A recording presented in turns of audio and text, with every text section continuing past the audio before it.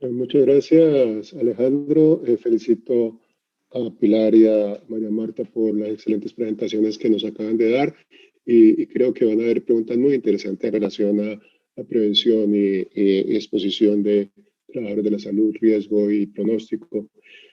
Procedemos entonces con el siguiente bloque, que estoy seguro va a ser de gran atractivo para todos ustedes, que es la relación de COVID y VIH. El VIH en la pandemia COVID-19.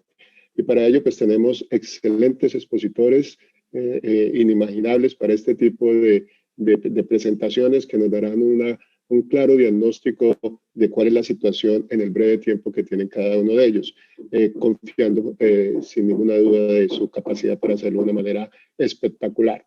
Quiero comenzar con presentarles a la doctora Andrea González, quien es verdaderamente muy importante en este tema.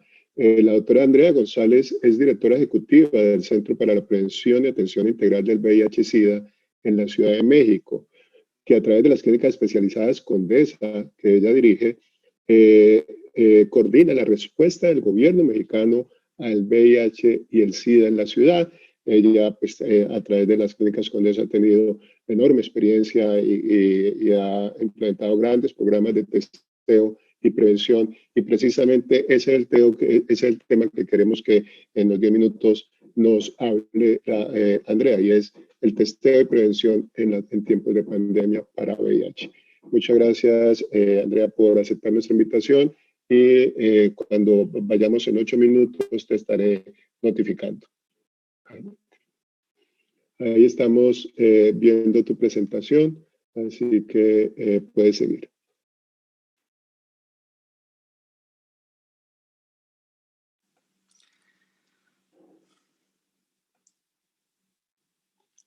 Hola, ¿cómo están? Muy buenos días. En un segundo.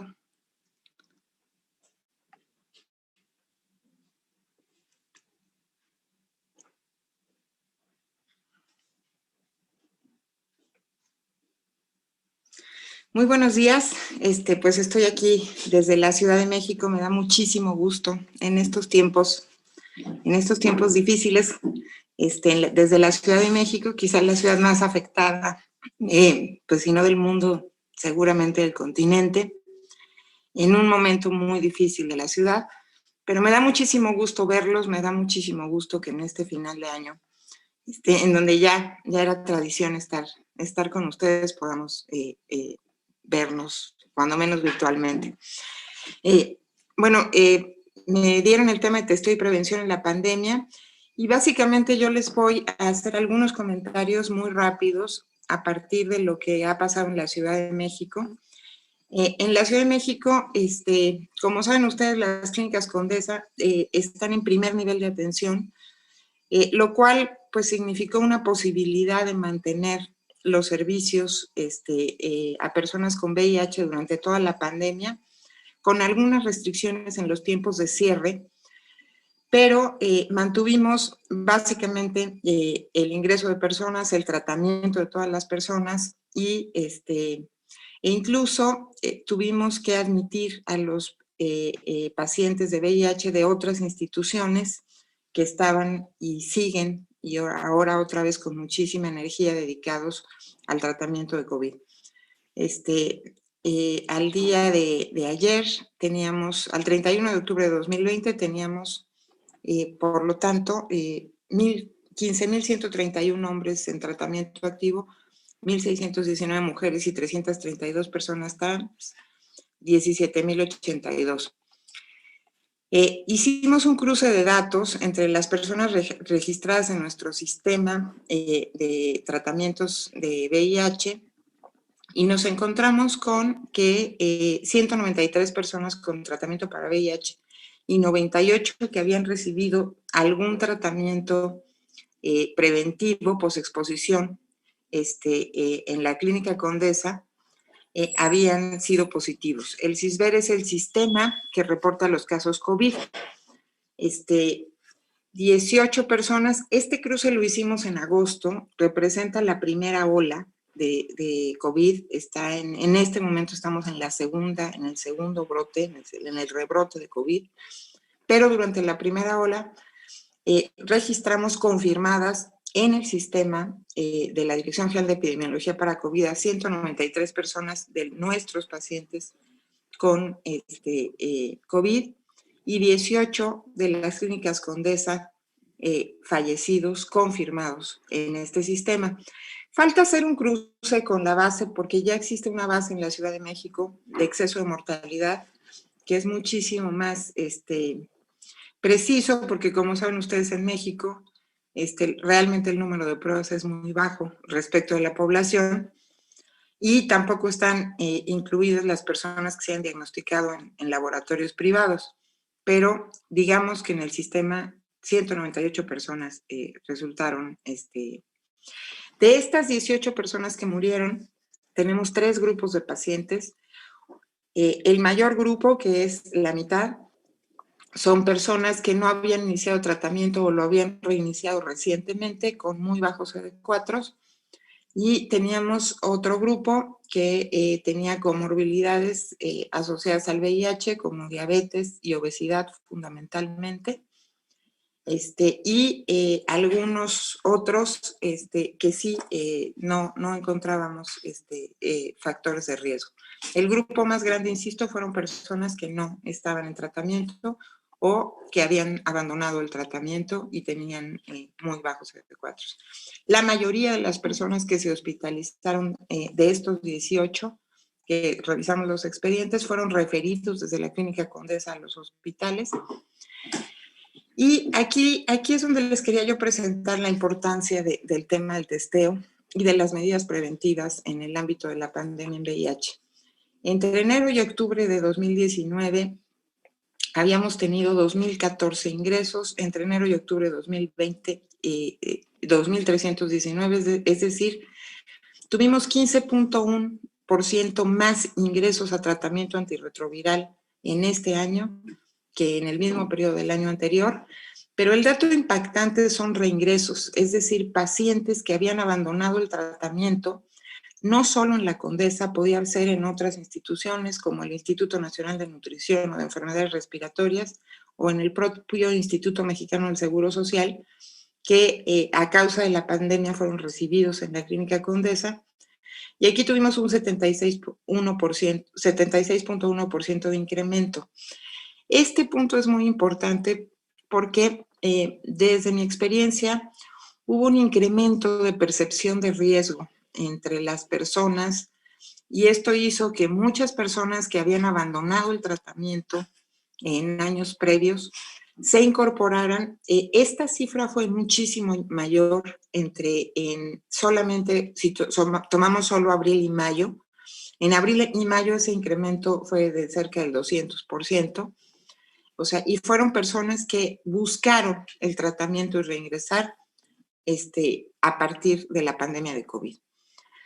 Entonces, esta situación es muy importante y lo que nosotros hicimos fue reducir las visitas de seguimiento, sobre todo durante los meses en donde estuvo totalmente confinada la ciudad, de pacientes en seguimiento en control virológico y facilitar y flexibilizar y agilizar el reingreso y el ingreso de pacientes.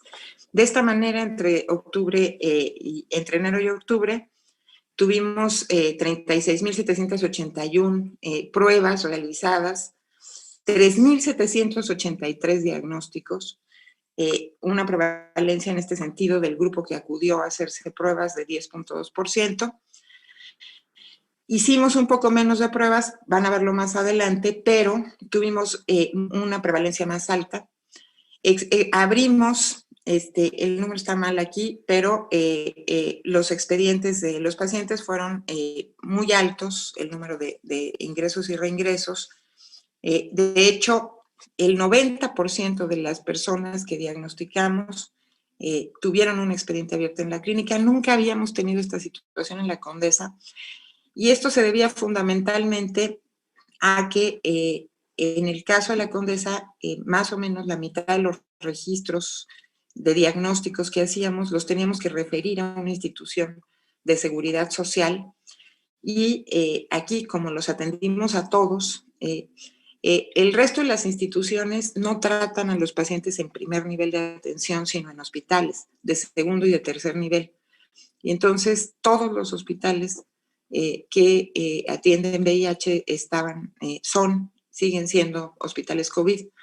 Entonces, pues los recibimos a todos y pues por primera vez el 90% de las personas que diagnosticamos abrieron un expediente en la Clínica Condesa. Entonces, el número de expedientes que abrimos este año es muchísimo mayor que los que habíamos abierto en años anteriores. Y el porcentaje también. ¿Te quedan 2 minutos, Andrea? ¿Mande? Sí, estoy a punto de terminar y sí cubro el tiempo. Mantuvimos la parte en centros penitenciarios y colaboramos además con el control de COVID en centros penitenciarios. No hemos tenido en centros penitenciarios, es el brote en la ciudad claramente controlado. No tuvimos casos, tuvimos 2 defunciones de personas que venían ingresando con VIH y COVID, pero no de otra manera. Y es una cosa que hicimos durante los meses de abril, mayo y junio, que fueron donde estuvo cerrada la ciudad, que fue un acuerdo entre el INER, el Instituto Nacional de Enfermedades Respiratorias y el Instituto Nacional de Nutrición y las Condesas, y en un hospital privado con los que se hizo un convenio de parte del gobierno federal, tuvimos un espacio de hospitalización en donde juntamos a los pacientes, digamos, utilizando los recursos de las 3 instituciones, personal médico de las 3 instituciones, recursos diagnósticos de las 3 instituciones. Tuvimos 33 pacientes hospitalizados y fue como volver a la epidemia de los 80, casos gravísimos, y sin embargo una reducción muy importante de la mortalidad con este proyecto que nos permitió hospitalizar pacientes muy graves por VIH, no COVID, y que bueno, redujo la mortalidad en este espacio. Este espacio se terminó, estamos pendientes de que se pueda mantener permanentemente. De alguna manera la pandemia nos llevó a unir como nunca a las instituciones de VIH del sector público de la ciudad. Las clínicas Condesa han mantenido este espacio.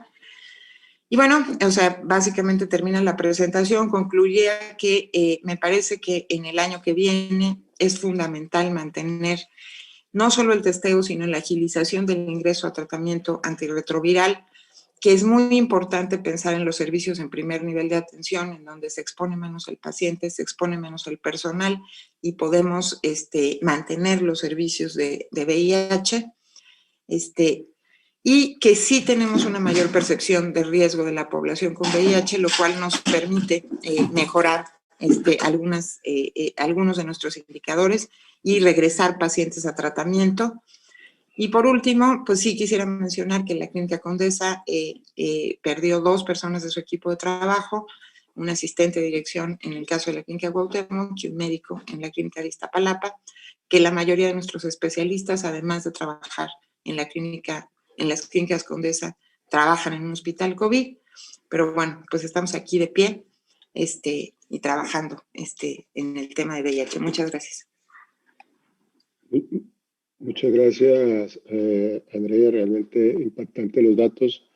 Estoy seguro que muchos de nosotros estamos sintiéndonos identificados con la experiencia de la Ciudad de México.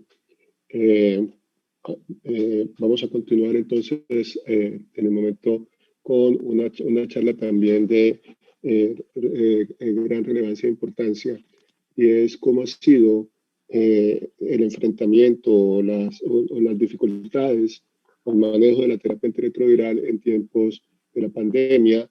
Y para este tema tenemos con mucho placer y gusto al doctor Otto Sussman, un gran amigo desde hace muchísimos años, con el cual hemos tenido muchas aventuras y muchas tareas a través de los años en VIH en Colombia. Médico microbiólogo, especialista en infectología de la Universidad del Rosario, es director científico de efectos clínicos y de asistencia científica, y como lo mencionaba, una persona con una enorme experiencia, que al mismo tiempo fue presidente de la Asociación Colombiana de Infectología hace algunos años. Bienvenido, Otto, gracias por aceptar nuestra invitación, y a los 8 minutos te estaré sabiendo. Gracias, Ernesto. Buenos días. ¿Están viendo mi pantalla?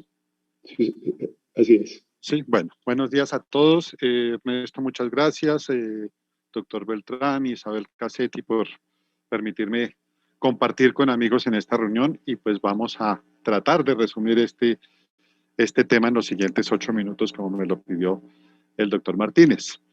Yo creo que lo importante aquí, lo hemos visto a través de las presentaciones, es que esta infección ha tenido un impacto en todo, y también lo tiene en VIH. Entonces, lo primero que nosotros deberíamos pensar es cómo impacta el COVID a nuestros pacientes desde el punto de vista biológico. Y aunque ya sabemos por todos los estudios que nos han mostrado que realmente el virus no produce una diferencia en relación al curso de la enfermedad, sí, con todas estas adaptaciones que hemos tenido, pues hay cambios, los pacientes no reciben el tratamiento. Desde el punto de vista psicológico hay muchos estudios interesantes que muestran que a todos, pero particularmente a nuestros pacientes, les ha aumentado el estrés, la ansiedad y ese afán por estar en nuestros programas y por volver a nuestros programas. Ha aumentado el consumo de alcohol y de estimulantes, curiosamente, y han aumentado los comportamientos sexuales de riesgo, porque ante no poder salir, pues hagamos visitas, hagamos cosas, etcétera. Y desafortunadamente, Pilar ya nos lo planteó, no solamente en el ambiente hospitalario, también en no cumplimiento de medidas de bioseguridad. Y todo esto, pues también tiene un impacto social sobre el tratamiento. Como ahora estamos encerrados, se van a dar cuenta que yo tomo medicamentos, me van a preguntar, y entonces es probablemente. Y hay una gran angustia en la literatura. Yo solamente aquí traje algunas de las cosas, y la angustia fundamentalmente se refiere a esto, y es que esto es un editorial del New York Times de hace unos 2 meses, en donde lo que nos está diciendo que los confinamientos y las interrupciones de la cadena de suministro de medicamentos amenazan el progreso de la batalla contra la tuberculosis, el VIH y el paludismo. ¿Y por qué? Miren, este es un trabajo muy lindo que fue una modelación matemática de algún grupo, ¿sí? ¿Y qué nos dice? Que se calcula que cerca del 85% de los programas de VIH podían tener problemas de suministro y interrupciones de tratamiento, y que de esos hasta el 18% podrían tener una alta interrupción, es decir, podrían no recibir medicamentos en mucho tiempo. Y si no me pasa esto. Y si lo miramos de alguna forma, esto fue mostrado ahora en AIDS 2020, ¿sí? 73 países se declararon en riesgo por los bajos stocks de antirretrovirales. Recuerden que con el tema del lopinavir ritonavir, y que en nuestros países todavía usamos lopinavir ritonavir, pues agotó. ¿Por qué? Porque la gente lo compró pensando que con eso iba a solucionar sus problemas. Pero fíjense este dato de la modelación, y es que 6 meses de suspensión pueden producir 500.000 de muertes adicionales. Pero esto, ¿por qué se produce? Porque no hay recurso humano en las fábricas, todos nos encerramos, a todos nos mandaron a trabajo en casa, cerraron las fronteras, entonces no hay transportes aéreos y marítimos, eso aumentó los costos de transporte, pero por otro lado nuestras poblaciones se quedaron sin trabajo, y creo que esta epidemia develó la gran inequidad económica que hay en nuestros países, y entonces estas personas no tenían ni siquiera para tomar el transporte, no tenían trabajo, no tenían seguridad. Y vuelvo, insisto, en el uso indebido de antirretrovirales, cuando se dijo que lopinavir ritonavir podía tener algunos resultados, pero ya el doctor Martínez brillantemente nos mostró que esto no era así. Sin embargo, yo quisiera traer a colación 2 cosas. Una, este trabajo recientemente publicado, ¿sí? En el cual fundamentalmente lo que analizan los autores es qué pasa cuando los pacientes que ingresan a nuestros hospitales venían tomando terapia antirretroviral. Y encontraron un par de cosas interesantes, con una significancia importante, una disminución en la velocidad de sedimentación, es decir, menor en los pacientes con VIH que recibían antirretrovirales que no lo recibían, una disminución de la PCR que no fue significativa, y no hubo ninguna variación en interleuquina 6. ¿Qué arguyen los autores en estos resultados. Dicen, ¿sabe qué? Estos pacientes que reciben terapia antirretroviral, pues como ya lo teníamos comprobado, la terapia antirretroviral reduce la inflamación sistémica y, por otro lado, la activación inmune. Entonces es bueno tener terapia antirretroviral. Pero este trabajo es supremamente interesante, recientemente publicado, salido del horno, como diríamos, y este trabajo es muy interesante cuando nos muestra que los pacientes que reciben tenofovir, difumarato, no tenofovir, alefenamide, tienen menos complicaciones, menos hospitalizaciones, van menos a la unidad de cuidado intensivo. ¿Y qué dice este grupo? Dice, si bien es cierto, nos falta ampliar esta información, esto puede ser porque se ha encontrado que tenofovir disminuye la interleuquina 8, la interleuquina 10, el factor atrayente de monocitos, pero por otro lado aumenta la respuesta de TH1, interferón gamma y natural killer. Y esto definitivamente tendría que tener algún impacto en la modulación inmunológica y en no poder llegar a esa cascada de interleuquinas que llegan a la mayoría de pacientes. Para mirarlo, para tenerlo en cuenta. Ahora, esto ya nos lo dijo Ernesto, solamente quiero insistirles en algo que trae esta revisión sistemática de la literatura, es decir, aunque el opinavir ritonavir no funcionó, si lo miramos un poco más detalladamente en los dos ensayos controlados, en aquellos pacientes en quienes se inició tempranamente, sí había una respuesta marginal, no significativa en el sentido de menos complicaciones. Ahora, ¿qué es lo que definitivamente, y quiero devolverme al tema del suministro de antirretrovirales, que es lo que más nos preocupa a la mayoría de nosotros? Y lo que definitivamente tenemos que hacer es modificar todos nuestros modelos de atención, aún a pesar de que nuestra tecnología en Latinoamérica, y esto también lo demostró el COVID, es muy mala, nuestras técnicas, nuestros niveles de comunicación son muy malos. Les cuento solamente una estadística nuestra: 40% de nuestros pacientes no tienen un smartphone, tienen celulares muy básicos con los cuales la comunicación se hace más difícil. Entonces hay que buscar cómo facilitar la comunicación, descentralizar la entrega de medicamentos, y yo sé que en muchos países esto puede ocurrir, no es la realidad de Colombia, ¿sí? Hay que tener una distribución multimodal de antirretrovirales, de antituberculostáticos y pues la entrega de medicamentos profilácticos, y asegurar de alguna forma esta retención de nuestros pacientes. Y fíjense que esto fue publicado en mayo del 2020. Esto acaba de ser publicado por ITSA, ¿sí? Y dice más o menos lo mismo. ¿Y por qué lo traigo? Porque esto es de un país tercermundista y esto es de un país que, llamémoslo, que supuestamente es del primer mundo, aunque ha demostrado recientemente con su política que no es así, ¿sí? Y es más o menos lo mismo: flexibilice las entregas de medicamentos, disminuya las barreras para la autorización y facilite que los pacientes no tengan que hacer cosas para recibir sus medicamentos. Y un punto muy interesante en esto es el inicio de terapia. Nosotros hemos sido muy enfáticos en este tema, de que de pronto no estamos en el Tisantrip, no sé qué. Esto es Tisantrip, es lo que nos está proponiendo el Estado de Nueva York.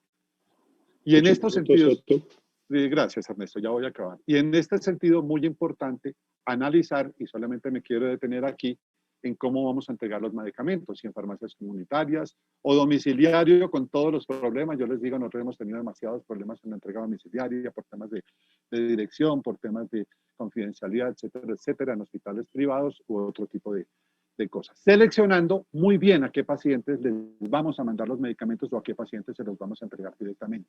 Y esto creo que hay que ser muy enfáticos en que aquellos pacientes adherentes podrían ser sujetos de estas cosas, y los pacientes no adherentes, pues definitivamente generan otro tipo de cosas. Y esto solamente para mostrarles algo de nuestra experiencia. ¿Qué quiero mostrarles de nuestra experiencia? Dos grupos. El primer grupo, donde tenemos cerca de 2.000 pacientes. Miren, el COVID está, pero los pacientes siguieron aumentando. El COVID está, pero la presencialidad aumentó porque los pacientes quieren que los veamos. Y una cosa que creo que todos lo hemos visto es que no pudimos hacer exámenes de seguimiento. ¿Por qué? Porque la pandemia no nos lo permitió. Sin embargo, quiero resaltar que la indetectabilidad se mantuvo a través del tiempo. Y en este otro grupo, donde tenemos cerca de 3.000 pacientes, la situación fue más o menos la misma. Un aumento muy importante de los pacientes nuevos, pero muy importante, o sea, casi el 10% de aumento durante la pandemia, ¿sí? Pero manteniendo nuestras cargas virales indetectables. Es decir, sí podemos hacerlo, sí podemos hacer seguimientos adecuados y sí podemos entregar los medicamentos de una forma adecuada para nuestros pacientes. En conclusión, tenemos que asegurar el cuidado continuo, reducir nuestra exposición como equipo. Ya nos mostraron cómo los profesionales de la salud nos hemos visto afectados, pero tenemos que ser flexibles e innovadores en nuestros programas de atención para poder entregar de una forma adecuada y mantener de una forma adecuada a nuestra campaña de Naciones Unidas este año es de solidaridad y responsabilidad compartida. Y COVID y coinfección COVID-VIH no se escapa de eso. Muchísimas gracias. Gracias, Ernesto. Muchas gracias a ti, Otto. Excelente presentación, experiencias bien motivadoras, problemas claros que también tenemos que discutir. Y la discusión se complementó de una manera muy interesante con el siguiente tópico, que es el impacto del COVID-19 en la infección por VIH. Y para eso pues tenemos a una gran amiga, a una gran profesional y una gran expositora, muy pedagógica, muy didáctica, quien todos ustedes conocen muy bien, que es la doctora Isabel Cassetti, especialista en medicina interna e infectología, directora médica de Salud, Centro de Atención Ambulatoria de Pacientes con VIH en Buenos Aires, coordinadora médica de FUNSEI, Fundación del Centro de Estudios Infectológicos, jefe del Servicio de Infectología del Sanatorio La Trinidad San Isidro en Buenos Aires, miembro del Taller Latinoamericano, del cual es fundador y miembro del Directorio Central. Isabel, pues adelante y cuéntanos cómo le va a los pacientes con VIH que adquieren COVID. Muchas gracias. Muchísimas gracias, Ernesto, por tan cálida presentación. Buenos días a todos. Un gusto compartir este momento con Otto y con Andrea, realmente, y de vernos, por lo menos de esta manera. A ver.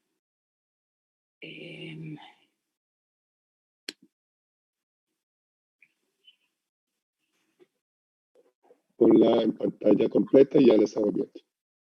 Pero porque no sé dónde, lo tengo minimizado, pero no me aparece acá.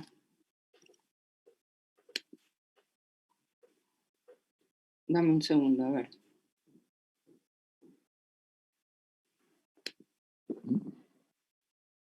Por ahí es. ¿Ahí? ¿Se ve? Ahí la están viendo. Perfecto. ¿Se ve? Perfecto. Ahí va. Muy bien. Bueno, muy bien. Todos nosotros nos acordamos cuando fue el primer caso de VIH en el 81. Tardamos 2 años para saber que era un retrovirus y 4 años para tener el método de diagnóstico, el ELISA. Y hasta hoy, si miran la línea a la derecha, no tenemos una vacuna disponible. Ahora se activó todo mucho para reiniciar el estudio Mosaico, que es de vacuna preventiva para HIV. Con el SARS-CoV-2, miren lo que pasó. En menos de 15 días supimos que era un nuevo coronavirus y en menos de 20 días ya teníamos el método diagnóstico. Y ahora Alejandro nos explicó muy bien todas las vacunas que vamos a tener disponibles. En este tiempo vamos a ir viendo algunos reportes que en el último tiempo se han publicado con más frecuencia que al principio. Y lo que vamos a ver que estas dos poblaciones tienen cosas en común, como son las comorbilidades, diabetes, hipertensión, enfermedad pulmonar, insuficiencia renal, todas las que ven ustedes, y obesidad. Es decir, que además se agrega en nuestra población de pacientes todo este tema de sobrepeso y obesidad, además de una población que está envejeciendo. El primer reporte de COVID en un paciente con HIV vino de Wuhan, y todos los recordamos, fue en marzo de este año, y de allí en más aparecía algún reporte aislado como una cosa infrecuente de coinfección, SARS-CoV-2, HIV, etcétera, etcétera. Luego empiezan a aparecer, bueno, un caso de COVID en un paciente con inmunosupresión severa o con distrés. Y así era llamativo que ninguno de nosotros estuviera viendo realmente algo proporcional a cómo veíamos la pandemia transcurrir en nuestros países. Hasta que viene el estudio alemán, este estudio retrospectivo de 32 pacientes, la mayoría se recuperaron, fueron leves, casi todos estaban recibiendo tratamiento antirretroviral, y nos dicen, bueno, miren, más del 50% tenían comorbilidades. Y después aparece el estudio italiano de Gervasoni, que dice más o menos lo mismo, y otros estudios que nos indican que parecería que nuestra población de pacientes con VIH no está en mayor riesgo, no solo de adquirir el COVID, sino de presentar complicaciones. Y tengo que hacer referencia a mi amigo Ernesto Martínez Buitrago de su publicación este año, donde él con sus colegas hace una revisión del tema, creo que fue en mayo que publicaste esto, Ernesto, una revisión de la literatura. Y después aparecen los estudios españoles de Pilar Vizcarra, y dice, bueno, un momentito, tenemos que ser cautos, no sabemos si nuestra población de pacientes con HIV no estarían realmente presentando mayor riesgo de desarrollar complicaciones. Luego viene el otro estudio español que Otto mencionaba muy claramente, de Julia Del Amo y su grupo, donde plantea este efecto protector, entre comillas, que podrían tener los antirretrovirales, y que Otto mencionó claramente en la figura de abajo que está ahí, de tenofovir disoproxil fumarato, y parecería que esto no se ve con el tenofovir alafenamida. Y finalmente, en estos 2 últimos meses, les diría, o 3 si quieren, AIDS tiene varias publicaciones, entre ellas la de Meyer-Rowitz, donde tiene 32 pacientes, la mayoría con comorbilidades, la mayoría de manejo ambulatorio, etcétera, etcétera, y donde se repiten en distintas cortes, miren los números que estamos hablando, los mismos fenómenos que se observan. Y del grupo de nuestro amigo, José Luis Blanco, Esteban Martínez, el grupo de Barcelona, que es el segundo reporte, cuyo primer autor es Inciarte, donde reportan 52 pacientes con COVID en una corte de 5.200 pacientes con HIV. Y surge acá en la lectura de, bueno, ¿qué vamos a analizar? A ver, vamos a ver cortes de pacientes con HIV y cuántos tuvieron COVID, o vamos a ver cortes de pacientes con COVID, ese sería el denominador, y cuántos tuvieron HIV. Y entonces esto llama la atención porque hay que ver cómo se hacen los análisis, cuál es el denominador, si es todo retrospectivo, si es retrospectivo prospectivos, y entonces aparece este estudio último de Leitz, donde dice, bueno, miren, la mortalidad es más alta. ¿Cómo la mortalidad es más alta en la población de pacientes con HIV? Pero cuando se hace un análisis estadístico muy, muy preciso, dicen, no, realmente la mortalidad está dada por todas las comorbilidades y los criterios de severidad, igual que en la población no HIV. O sea, que hasta este momento, no tenemos una clara evidencia de que las complicaciones y la mortalidad sea mayor en nuestra población de pacientes con HIV. Les quiero contar el registro de la experiencia nuestra.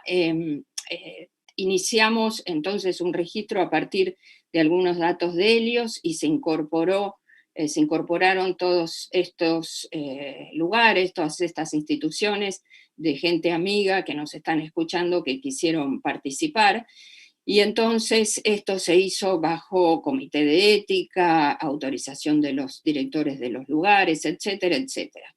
Pero antes de eso quiero contarles un poco, primero nuestra corte de Helios y después la de los 190, 189 pacientes con el resto de los centros. Esto, como decía Otto, es recién salido del horno también. Nosotros tenemos una población activa en la Argentina de 10.800 pacientes, en Buenos Aires entre 5.000 y 5.500.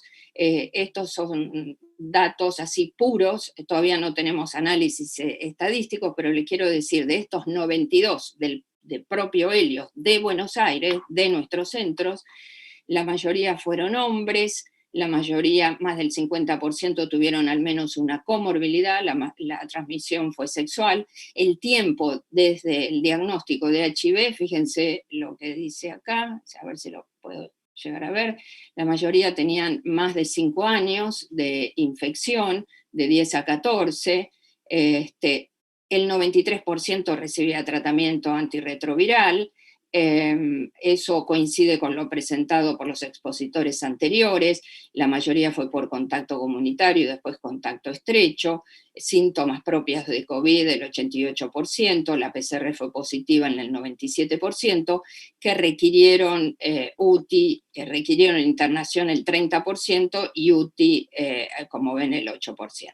Y acá se agrega los otros centros, entonces hacen un total de 190, en realidad contamos 189, porque uno no tuvimos los datos completos, y quiero que se fijen en los no fallecidos. El grupo intentó hacer una comparación entre fallecidos y no fallecidos, y lo que quiero señalar acá, miren los no fallecidos, entonces 189 pacientes, la mayoría hombres, el 89% carga viral no detectable, nuevamente conservaron sus tratamientos, nuevamente no detectable, la mediana 609, el 37% requirió internación. Todos estos datos son acordes con lo que vemos en la literatura, y que requirió UTI el 3%. Pero lo único que quiero señalar de los fallecidos es que los fallecidos eran aquellos que tenían cargas virales detectables, aquellos que tenían, es un número bajo, mayor inmunosupresión, y aquellos que no estaban todos, por supuesto, en tratamiento antirretroviral. Los signos y síntomas más frecuentes: fiebre, tos y odinofagia, pero también tuvimos muy frecuentemente anosmia. Y esto es solo esta tablita, porque no tuvimos tiempo de analizar todas las comorbilidades, esto es de nuestro grupo de Helios. Estas son las comorbilidades más frecuentes: hipertensión, diabetes, fíjense, obesidad 34%, que para nosotros fue la comorbilidad más frecuente. Y los tratamientos antirretrovirales son los que nosotros usamos, más frecuentemente TDF con 3-TC o TAF-FTC, y como tercera droga es efavirenz o darunarrito, nosotros tenemos coformulado, o inhibidor de integrasa. Este es un estudio que presentamos en SIDA 2020, es el impacto en la salud mental de nuestros pacientes de lo que fue la cuarentena en nuestro país. Esto fue hecho en nuestra propia corte de Helios, y fueron encuestas con cuestionarios validados, lo llevó adelante la doctora Valiviani y el doctor Diego Cecchini, 1.336 participantes, y lo que quiero señalarles acá es que, fíjense, más del 50% tuvo estrés, ansiedad, depresión, irritabilidad. Pero miren el gráfico de la derecha, en cuanto a la adherencia a la cuarentena, fue más del 95%, y en cuanto a lo que es, si tuvieron alguna interrupción de tratamiento, en realidad muy pocos, 4%, la mayoría siguió recibiendo el tratamiento antirretroviral, porque nosotros tenemos un sistema que se lo damos a domicilio. Pero esto, lo que quiero señalar acá, es el impacto en la salud mental. Nos publicaron, por suerte, este trabajo. Isabel, un minuto. Perfecto. Nos publicaron este trabajo un poco más, con análisis estadístico un poco más preciso, porque mandamos cuestionarios que nosotros ya tenemos implementado el sistema de mensaje por WhatsApp ya de hace algunos años, donde señalamos acá el impacto emocional en nuestra población y lo que es la resiliencia, ¿no? Que se ve sobre todo, lo vimos más en mujeres que en hombres. ¿Qué tienen de común estos estudios? En resumen, los síntomas sospechosos de COVID no son diferentes a lo de la población general. Muchos pacientes tienen manejo ambulatorio, los mismos signos de progresión que en la población general.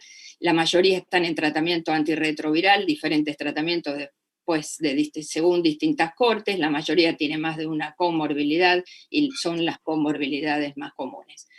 Discutimos ¿Pueden tener nuestros pacientes un peor pronóstico? Puede ser, si están más inmunosuprimidos, si están con cargas virales altas, pero sin embargo no es un factor relevante. Pero puede ser, tienen muchas comorbilidades también. ¿Pero pueden tener algún factor protector? Sí, puede ser, dijo Otto, y lo repasamos también. Algunas de los antirretrovirales pueden tenerlo, están con un fenómeno de activación inmune que es mejor, no suprimidos, están no detectables, no quiere decir de que no haya activación inmune, inflamación, pero es mucho menos. Conclusión, similar presentación que en la población general, el VIH hasta ahora no parece tener influencia en la severidad del COVID. Tenemos que mantener, como decía Andrea, nuestros pacientes con cargas virales no detectables, CD4 estables y tratamiento, llegar a un diagnóstico precoz, estar alertas a este periodo post-pandemia. Necesitamos más datos del impacto en nuestra población, datos en Latinoamérica y datos propios. Y no puedo terminar sin dejar de decirles esto, que así somos los argentinos, tenemos estas contradicciones. Queda suspendido el contagio por 72 horas, retomamos después de despedir al Diego Maradona. Así que estamos todos inquietos, igual no fue tanta gente, pero vivimos unos días muy especiales estos que pasaron. Acordarnos de cuidar y cuidarnos. Muchísimas gracias a Fernanda Rombini, Yamile, Diego, Romina, Rosana Quini, María Marta Greco, Elena Ovieta, Claudia Megassi, Marcela Agostini, Liliana Calani, Pablo Parenti, por la ayuda en los datos que yo les pude presentar hoy. Muchísimas gracias a todos. Muchas gracias, Isabel, por tu excelente presentación. Surgen muchas inquietudes sobre esta interacción entre estos dos virus. La primera que uno se trae a la mente es por qué no hay ningún efecto entre dos virus que afectan el sistema inmune.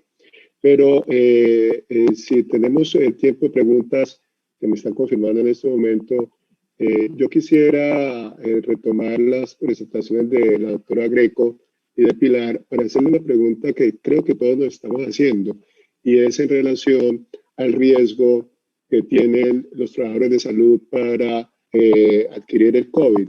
Estamos viendo unas tasas altas, estamos viendo que hay mortalidad. La pregunta que yo les tengo es un poquito provocativa. ¿Es ese riesgo realmente directamente asociado a la exposición de pacientes COVID-19 o eventualmente el riesgo es más adquirido cuando salen de las instituciones hospitalarias y se liberan un poco o dentro de los mismos hospitales tienen reuniones, almuerzos, cafetines, donde abandonan estas medidas de prevención y el uso adecuado de los elementos de protección personal? ¿Utilizamos los trabajadores de la salud todo el tiempo los elementos de protección personal adecuadamente?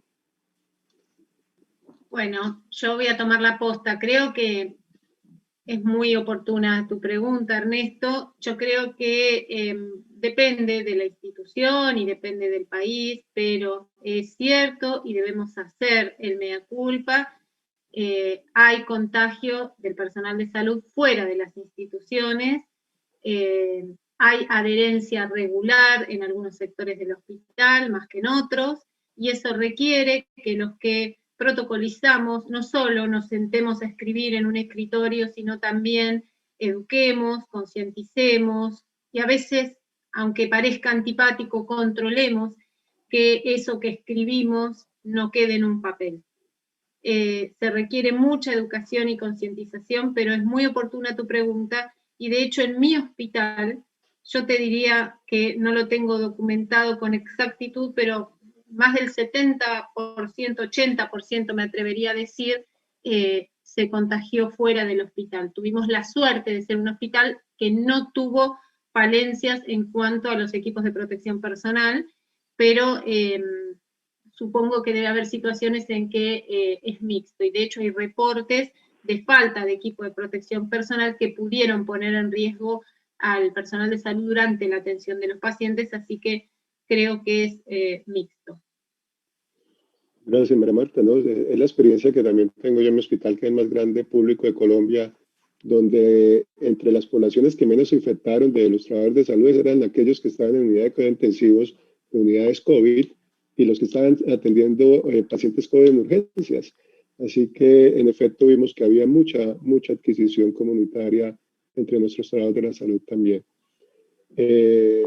yo quería preguntarle a Isabel si una pregunta que nos hacen comúnmente, si cuando un paciente se hospitaliza con VIH y tiene un SIDA avanzado, tiene un CD4 todavía bajo, o sea que asumimos que hay cierto riesgo y que no es el paciente con 800 de CD4, parecería pertinente o cambiarle su esquema de análogos o adicionarle a este esquema de análogos algo con tenofovir en tricitabina con base en el estudio que nos presentaste de mejor pronóstico y mejor evolución y menor mortalidad en estos pacientes que estaban con tenofovir en tricitabina. Sí, Ernesto, es una muy buena pregunta. Debo decirte que nosotros no hicimos ningún cambio en los pacientes que presenté. Dejamos con los esquemas iniciales, pero les recuerdo que el 80%, 79 punto y algo, de nuestros pacientes tiene como backbone tenofovir. Y de ellos, te diría, de los que tienen tenofovir, no me acuerdo exactamente la cifra, pero más del 50% es el disoproxil fumarato. De manera que tampoco tuvimos esa inquietud de cambiarle, porque la mayoría lo tenían. Pero si yo le cambiaría, y realmente no sé, quizás a partir de ahora, en los que vienen, si tuviera que iniciar, le pondría eso, aunque la evidencia no coincide con otros estudios. Si mirás el estudio de Pérez Elías y Vizcarra, ponen en duda esta cuestión del tenofovir. A mí me parece muy oportuno todo lo que comentó Otto, y de hecho que tuve oportunidad de hablar con la doctora Julia Del Amo y la doctora Rosa Polo, que hicieron el estudio, y hay datos que parecen ser bastante fuertes. En resumen, nosotros no le cambiamos, nuestra población tiene mayoritariamente el tenofovir, y si tuviera que iniciarlo ahora, y si probablemente, aunque no tengamos suficiente evidencia, le pondría ese backbone. Gracias, Isabel. Y si, una última pregunta, no quiero perder la oportunidad de tener a Otto entre nosotros. Otto, dos preguntas relacionadas a terapia antirretroviral. En tu experiencia, muy bien documentada, excelentes datos, ¿observaron algo como retrasos más allá de lo usual en el inicio de terapia antirretroviral en los pacientes que ingresaban al centro? ¿Llegaban más tarde, se demoraba más el tiempo en que llegaron al centro a recibir terapia antirretroviral? Igualmente, de manera complementaria, en aquellos pacientes que por alguna razón requerían cambios de tratamiento por toxicidad, no por falla virológica, sino por toxicidad, efectos adversos, por simplificación, etcétera, etcétera. ¿Hubo en la misma proclividad que cuando no había COVID, o esto fue, digamos, como puesto en stand-by por esta pandemia? No, Ernesto, pues digamos varios comentarios. Uno que no quiero que se me pase, y es en los pacientes hospitalizados con sospecha de COVID, nosotros tuvimos un alto porcentaje de diagnósticos nuevos. Digo alto porcentaje porque sobrepasamos lo que llevábamos, nos dio 2.7%, algo así en nuestros pacientes hospitalizados en una de las instituciones que yo manejo. Es un dato para tener en cuenta. ¿Sí? Y respecto a tu pregunta, nosotros tenemos un programa de búsqueda activa que una vez nos reportan el paciente, lo captamos. Y este programa tiene una efectividad cercana al 90%, es decir, que un paciente que nos reportan como positivo lo captamos y en máximo una semana lo estamos recibiendo de forma presencial. Esto sí es muy importante, terapia de inicio de forma presencial, con todas las medidas de bioseguridad, con todas las cosas que corresponden. Respecto a los cambios de terapia, no, igual, es decir, si el paciente lo requiere, hacemos el cambio de terapia, de nuevo lo hacemos de forma presencial para poder hacer toda la inducción, pero sí vimos algo, y yo creo que nos lo mostró la doctora Andrea, cómo recuperamos un número de pacientes, no sé si se dieron cuenta cómo fue el crecimiento, o sea, pacientes que habían abandonado el tratamiento reingresaron al programa por susto físico, susto de que se fuesen a infectar, ¿sí? Pero sí tuvimos problemas en las entregas domiciliarias. ¿Por qué los tuvimos? Primero, porque no estábamos preparados para ello. Segundo, por lo que yo les comentaba, porque los pacientes en su tema de confidencialidad, que no me lo deja aquí, que me lo deja allá, que me lo entrega a tal hora, que estoy ocupado, y pues en ciudades tan grandes como la nuestra eso representa varios problemas. Y un último punto que quería complementar lo que dijo Isabel en relación al tema de tenofovir. El grupo que escribe el trabajo hacen el mismo énfasis que hace Isabel. La mayoría de nuestros pacientes están con tenofovir, ¿sí? Y nos falta aumentar la experiencia. Pero yo sí estoy de acuerdo con Isabel. Si tengo que iniciar un tratamiento en un paciente con COVID y con infección VIH, lo iniciaría con TDF. Pues muchas gracias, Otto. Muchas gracias a todos los excelentes conferencistas que tuvimos hoy. Yo creo que la discusión fue a un nivel que nos deja bastante informados sobre la situación del COVID-19 y VIH y nos anima a seguir buscando en nuestros programas, en nuestros países, cuál es la situación en particular que estamos viviendo en relación al modelo de atención, en relación a mantener la eficacia virológica, en relación al ingreso de pacientes nuevos de manera o no afectada por la pandemia del COVID-19. De nuevo, mis agradecimientos también a todos los que están todavía presentes en este momento como asistentes en nuestro encuentro. Y le dejo la palabra al doctor Alejandro Fani para que nos entregue las últimas palabras de cierre. Muchas gracias nuevamente a todos ustedes.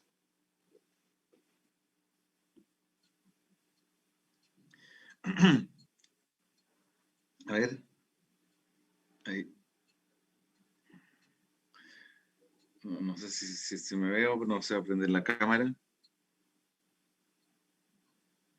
Sí, se te escucha. Sí, ya, bueno. Bueno, muchas gracias, Ernesto, y la verdad fue un excelente bloque, al igual que el anterior, y las preguntas fueron, digamos, enriquecen la discusión. Bueno, ahora estamos en una transición, ahora yo voy a cerrar este bloque de lo que fue hoy día y ayer, y terminando esto, le digo para todos los auditores que ya están conectados, se queden porque viene la reunión del taller latinoamericano a continuación. Yo quisiera simplemente realmente agradecer y felicitar a todos los expositores que fueron presentaciones excelentes. Tuvimos un programa que fue muy atingente a lo que está ocurriendo hoy día, la pandemia en nuestra región, pasando desde la epidemiología regional, con las manifestaciones clínicas, de laboratorio, lo que se correspondía a cuidados intensivos, hoy día tratamiento y prevención, el personal de salud, para terminar con el COVID-19 y VIH. La verdad, espero que haya enriquecido la discusión a todos, que podamos seguir tocando estos temas. Lamento que estemos en esta situación virtual, ¿no es cierto? Pero bueno, lo importante es que nos hemos encontrado, hemos tenido una excelente audiencia y convocatoria pese a los horarios y la diferencia horaria que tenemos en nuestros países. Bueno, simplemente decirles que espero que pronto no tener que compartir pantalla, sino que tener que compartir auditorio con todos ustedes. Y bueno, desearles lo mejor. Los voy a dejar ahora con el doctor Carlos Beltrán, que va a continuar con lo que corresponde a la reunión del taller latinoamericano. Que tengan un excelente día y una excelente jornada.